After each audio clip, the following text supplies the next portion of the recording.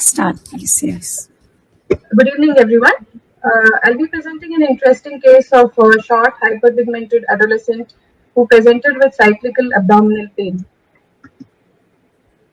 Here we have child S, who is 17-year-old, reared as male. He was referred for evaluation of recurrent abdominal pain and short stature. Presenting complaints. The child presented with abdominal pains in 6 months, which was dull aching, lower abdominal. It was appearing monthly, cyclical, each episode lasting for 3 to 4 days. On further probing the history, there was progressive hyperpigmentation of skin, which was noticed since 3 years of age. There was rapid height gain between 4 to 8 years. The parents noticed that the child was taller than his peers, and after which, beyond 8 years, the height velocity slowed down. And they also noticed that there was excess body and facial hair, which was progressively increasing since 4 years, and deepening of voice since 1 year. However, there was no history of abdominal distension, no history of bleeding per urethra, no history of vomiting, and there were no history of hospital admissions. Coming to the family history, this child is a third born of a non-consanguineously married couple. There is no history of sibling death, no history of similar complaints in the family, and there is no history of infertility in the family. Perinatal history. Antenatal period was uneventful. There was no history suggestive of virilization in the mother. The child was born at term with average birth weight and was delivered at home. There is no history of NICU stay. At 3 months of age, the child was taken to pediatrician for vaccination, and the parents also complained of child passing urine from an abnormal site. So the treating pediatrician observed atypical genitalia, and despite counseling, parents did not pursue further treatment and continued to rear the child as male. Developmental and behavioral history. There is no history suggestive of developmental delay. Child plays and interacts well with peers. He prefers to dress up like a boy, and he prefers to play with boys. To summarize, here we have a 17-year-old child who is a third born to non-consanguineous parents with insignificant birth and family history, reared as male, noticed to have atypical genitalia at 3 months, presenting to us now with progressive hyperpigmentation of skin, accelerated height gain with short final height, excess body and facial hair, deepening of voice, cyclical abdominal pain with no history of previous hospitalization. Can we hold on here for a minute, Meenakshi? So now with this summary, what are the important points in this summary, in this case, which is attracting your attention for focused physical examination? Yes, ma'am. Yeah. Firstly, the child was noticed to have atypical genitalia at 3 months of age. Yes. So we would be concerned about that. So yes, very good. Yes, one is atypical genitalia. What else is making you look at this case in a focused way? I think. Yes, please go on. With that, the child also has presented with history suggestive of hyperandrogenism, that is, accelerated linear growth and with excess body and facial hair, and now deepening of voice. Yes. So there is some androgen. Would you say androgen excess, or would you say androgen is sufficient because he's already reared as a boy? So yes, so this history seems to be pointing towards a prenatal or a antenatal onset of a disease or a disorder, which is coming with a hyperpigmentation, which essentially makes it the atypical genitalia is likely to be adrenal in origin rather than gonadal in origin, because there is progressive hyperpigmentation happening, isn't it? So the accelerated height, and then the final short height are all features of androgen excess or androgen presence of androgen. And the cyclical abdominal pain is the main reason he has come to the hospital. So the reason for the child coming to the hospital is the cyclical abdominal pain. So maybe it would be okay to say that this atypical genitalia in this 3-month-old with an onset, which was noticed at 3 months of age, is probably adrenal in origin. Can you discount this cannot be gonadal in origin at all? Can you say this may not be gonadal at all? It could be because at times even ovotesticular DSTs can present with atypical genitalia.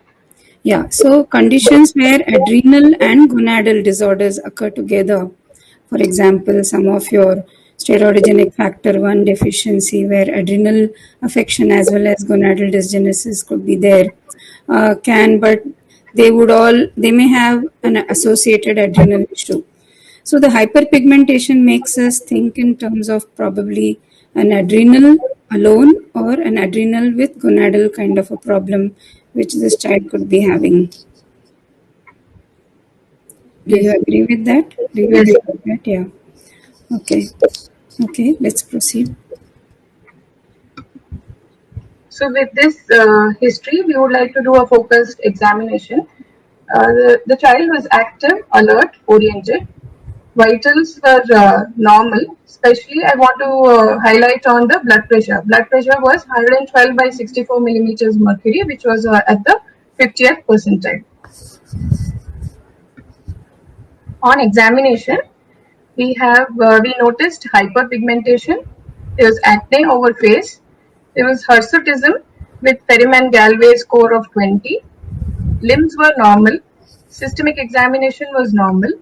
And the sexual maturity rating showed breasts at Tanner stage 1 and pubic hair at Tanner stage 5.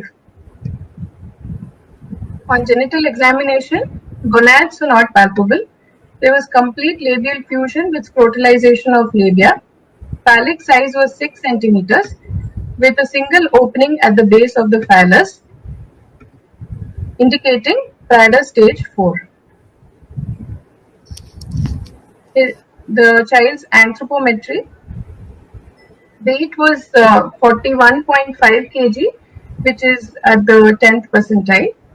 Height was 137.5 centimeters. The MPH was 151.2 centimeters. So we can see that the height is below MPH. It is at minus 3.9 Z-score. And the BMI was 22.19 kg per meter square. To summarize, we have a 17-year-old child with skin hyperpigmentation, accelerated linear growth with short final height, acne and hirsutism, which would indicate hyperandrogenism, genital virilization with impalpable gonads, and no hypertension. So in this case, if we go back to the previous slide, what is actually we are looking at in terms of the atypical genitalia is the impalpable gonads, isn't it? So this child does not have any palpable gonad and has features of some cortisol deficiency. So again, like we said, could this be just adrenal or gonadal? So if you're going to look at adrenal cause alone and not a gonadal affection of this atypical genitalia, the commonest cause which comes with hyperandrogenism would be, can you think of some commonest cause where gonads are not palpable and skin, meaning there is cortisol deficiency? Yeah. It could be congenital adrenal hyperplasia. Yes. So the commonest would be 21 hydroxylase deficiency. And since the child did not have any previous hospitalization or any history suggestive of adrenal crisis, it would be most probably simple virilizing type of 21 hydroxylase deficiency. So what is marked here is the degree of virilization, right? So this child, in your history also you said the child was accelerated growth had happened in the mid-childhood. from 4 to 6 years of age, and I think you mentioned after 8 years the child was not growing in height at all. So Yes. the androgen exposure had pushed the child's linear growth initially, and then to remain as a short final adult height. So when we spoke in the previous discussion of adrenal and gonadal, the acceleration of growth, androgen excess may not happen there.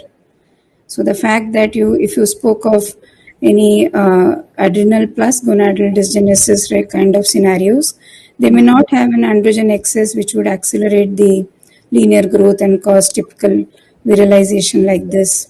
True. So maybe we are indeed dealing with an adrenal cause Yes, of course. which is causing some kind of virilization related, I mean, gonads to be not descended and androgen excess scenario, Yes. which, like you rightly said, must be a adrenal cause, and the commonest being 21 hydroxylase deficiency, CH.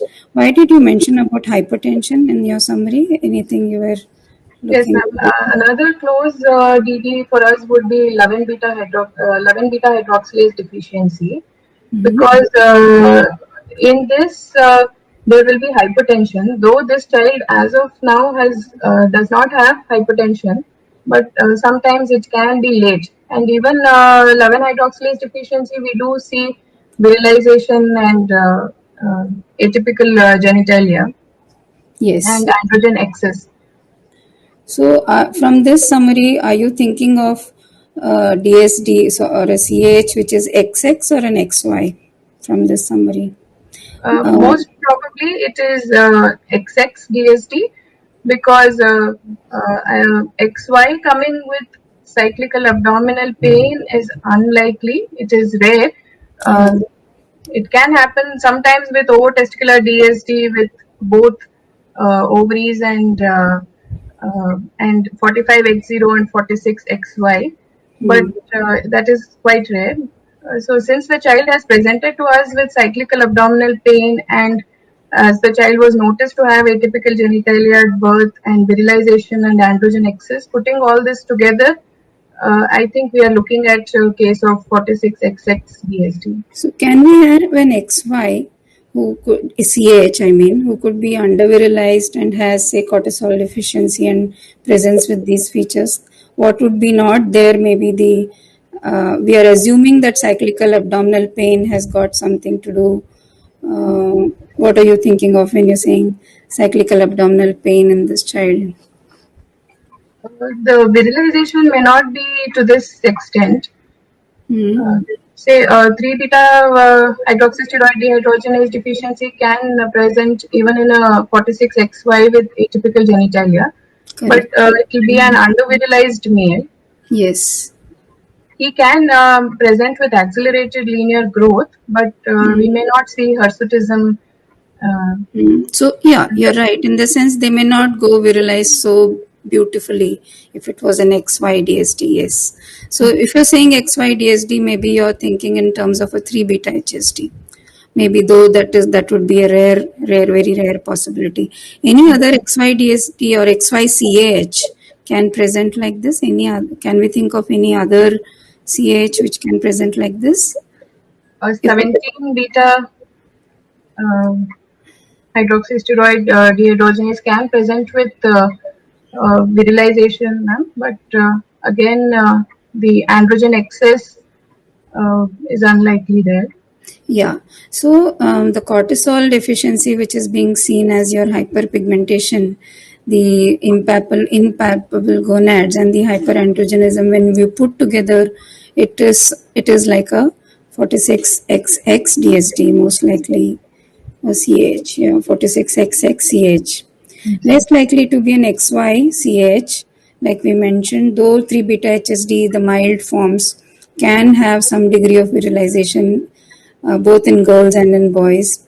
It may not be so marked because you had acne, hirsutism so much, and the penile length, meaning the phallic length, had increased to almost 6 centimeters. You mentioned. Yes. So that was quite a significant amount of virilization which had happened. Okay. So maybe an XY-CAH, we would not, and cyclical abdominal pain in the presence of, say, Mullerian structure or cyclical bleeding again is not seen in XY DSD, XYCH or XYDSD. So even the abdominal pain correlating to anything happening in the presence of Mullerian structures would not be the seen in XYDSD. So that is a clincher. The hyperandrogenic features is another pointer, and then the adrenal insufficiency features could be the third pointer in this case to think of XX-CH. Okay. Mm-hmm. So, moving on to the differential diagnosis at this level. Our first differential would be 21 hydroxylase deficiency, simple virilizing type, as there was no history suggestive of adrenal crisis. The points in favor of this would be again genital virilization and androgen excess. A second close diagnosis would be 11 beta hydroxylase deficiency. Here again, the points going in favor are genital virilization and hyperandrogenism. But the point that goes against this diagnosis is the hypertension, which is not there in our child. 3 beta hydroxysteroid dehydrogenase deficiency can present with hyperandrogenism, but the virilization here will be mild and there will be obvious salt wasting. And also, the last diagnosis that we would like to consider is P450 oxidoreductase deficiency, wherein there can be genital virilization. But again, here the virilization will be mild, and this is associated generally with skeletal malformations and also history of maternal virilization, which was not there in our case. So, if we do one, say, laboratory test, which would clinch the diagnosis of 21 hydroxylase, and maybe to some extent 11 beta hydroxylase, that would be 17-OHP, right? Yes. Whereas 17 hydroxyprogesterone may not be increased in 3 beta HSD. It would be more of the pregnenolone and other metabolites. So if you pregnenolone to 17 hydroxyprogesterone will be high. Yes, correct. Okay, fine. So with these DDs in mind, we went ahead with investigations. The routine investigations were normal: complete hemogram, LFT, and RFT. Serum electrolytes were normal. Bone age was more than 18 years. Ultrasound pelvis showed uterus of 4.9 by 1.2 by 2.2 centimeter with endometrial thickness of 6 millimeters. And ovaries, right ovarian volume was 4 cc and left ovarian volume was 3.5 cc, which would indicate that it was pubertal. The chromosomal analysis revealed 46XX karyotype. Okay. With this, we went ahead and did a synaptin stimulation test. The baseline 17-OHP was 16,947 nanogram per deciliter, and the stimulated at 60 minutes was 18,139 nanogram per deciliter, which confirmed that that it could be congenital adrenal hyperplasia with raised 17-OHP, significantly raised 17-OHP. Also, the baseline cortisol was 8.37 microgram per deciliter.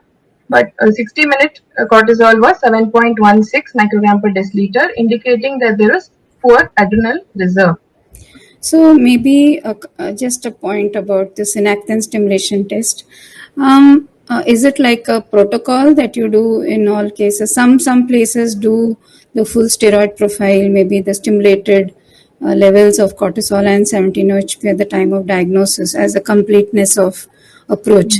But here in this child who had hyperpigmentation, who had features of adrenal androgen excess and was like a non-palpable gonad and a virilized XX child, basal level would also be okay, because this report shows that there is maximally stimulated levels already. Because from 0 minutes of 16,000, your 17-OHP has not increased post-synaptin. So maybe the stimulation was already maximal, and basal level would also have clinched the diagnosis. Maybe some centers do it like that. Yeah. Okay. Yes, ma'am. We thought basal level would have been, it would have pointed to the diagnosis, but we thought if it is indeterminate, then we may have to again go by synaptic stimulation. So we went ahead and did synaptic stimulation directly. Yeah. So the thing which I wanted to point out was when ACTH is so high, the adrenal is maximally stimulated. Stimulating it with some more ACTH may not yield a rise in your from your True. baseline value. Okay. Yes. The dehydroepiandrosterone sulfate level was 611 microgram per deciliter, which was high, and plasma renin activity was 0.79 nanogram per ml per hour, which was normal. So with this, the chromosomal sex is 46XS, gonadal sex is the bilateral ovaries, and phenotype is virilized female. So we now have a virilized female with no palpable gonads. Uterus is present. There is elevated 17-OHP and the karyotype is XX. So we are looking at congenital adrenal hyperplasia. Okay. You mean 21 hydroxylase deficiency, right? Yes, our first diagnosis here would be 21 hydroxylase deficiency, simple virilizing type. 11 beta is still a close differential, ma'am, because we have not done 11 deoxycortisol levels to Such high levels of 17 hydroxyprogesterone may not be there, and the hypertension, which is a feature usually is evident in the adolescents and older childhood group of children. Yes. For 3 beta HSD, the virilization, like we said, was quite significant in this child, right? So maybe you are dealing with 21 hydroxylase deficiency. How would you confirm? Do you have any ways of confirming this? Do you do any? Yeah. Sorry, ma'am. Do you do any mutation studies and stuff like that? Yes, ma'am. Genetic mutation is what is confirmatory. So, we have advised the patient to go for genetic mutation studies, but we are yet to consent for that due to financial constraints. Okay. Okay. Fine. We have 5 more minutes. Yeah. Yeah. Okay. Carry on, Meenakshi. So, management of this child, multidisciplinary team was formed involving pediatrician, pediatric endocrinologist, psychologist, and pediatric surgeon. The child and parents were counseled regarding gender assignment, surgical and fertility options. They decided the sex of Redding to be male. So written informed consent was taken from parents and child was started on hydrocortisone replacement at 12 mg per meter square per day, and child underwent surgery, that is excision of Mullerian structures and gonads. She underwent hypospadiasis repair and bilateral testicular prosthesis implantation. Following this, child has been started on injection testosterone enaltate 50 mg IM every 4 weeks. We plan to slowly escalate the dose to adult dose of injection testosterone undecanoate 1000 mg every 12 weeks.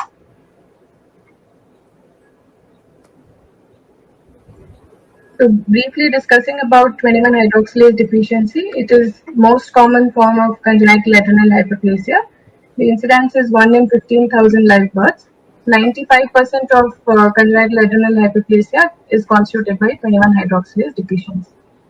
Gene here is CYP21A2, which is on chromosome 6, short arm. And this is in close proximity to a pseudogene, that is CYP21A1P, which can lead to two things during meiosis, either gene conversion or deletion, duplication, that will lead to disruption of the functional gene. It can be autosomal recessive, either homozygous or compound heterozygous inheritance, but 1% of the case mutations can be de novo. Clinical presentation, since there is deficiency of 21 hydroxylase, there will be a deficiency of aldosterone and cortisol, and there will be accumulation of precursors, that is progesterone and 17-hydroxyprogesterone. The clinical presentation depends on the enzyme activity. Classic, it is classified into classic and non-classic. In classic, again, we have two types: salt wasting and simple virilizing. The salt wasting enzyme activity is almost nil, that is less than 1%. And in simple virilizing, the enzyme activity can range from 1 to 5%. In non-classic, it is more than 5%. Glucocorticoid deficiency is seen in classic variety in salt wasting, and in simple virilizing, apparent glucocorticoid deficiency may not be there, but they may have the poor glucocorticoid response to stress. Same thing with non-classic. They may not have apparent glucocorticoid deficiency, but rarely they can have low levels of adrenal reserve and poor response to stress. Mineralocorticoid deficiency is present in salt wasting type, and it is not seen in simple virilizing and non-classic. A female, that is 46XX, will present with atypical genitalia and at birth in salt wasting type, whereas a male will present with normal genitalia. So it can be missed at birth, and the child will usually present with crisis at a later date by 2 weeks of life. In simple virilizing, a female will present with atypical genitalia at birth and also later on hyperandrogenism. Crisis may or may not be present. And a boy, that is 46XY, will present with hyperandrogenism. Crisis may or may not be there depending on the glucocorticoid deficiency. In non-classic variety, 46XX female will present with hyperandrogenism, menstrual irregularities and infertility. In 46XY, that is male, we can present with infertility and testicular adrenal rest tumors. We are running out of time. Could we take a couple of questions? Yeah. So what happened to this child, Meenakshi? Just briefly tell us. You said you had counseled the child, and that is the scenario here. You know, we do not have. Unfortunately, in this case, at 3 months of age, somebody had noticed typical genitalia and told the parents about their typical genitalia. So despite that, this it's really a uphill task when they come so late, and it's there across the whole world. I suppose more so in countries like ours, where they come and we need to take considered decision. Yeah. The problem here was this was the third born female child, and they were not ready to accept it to be female. Female, yeah. That is an important social cause of social, what is it called? Confounder for gender assignment and sex assignment in India also. Yeah, thank you, Sirisha. I guess if there are questions. A couple of quick questions in the chat box. Yeah. Sure. Shall I read them? I can read. You can just look at the chat box. So on the right hand side. Yeah, so infant with 11 beta, can they present in crisis? Yes. Interestingly, the 11 beta crisis in infancy is more of hypokalemia and normal sodium with alkalosis, the electrolyte mineralocorticoid crisis. They can come to us with hypertension. So yes, they can present with hypertension, with hypernatremia and hypokalemia as a manifestation. Yes, they can come. And one more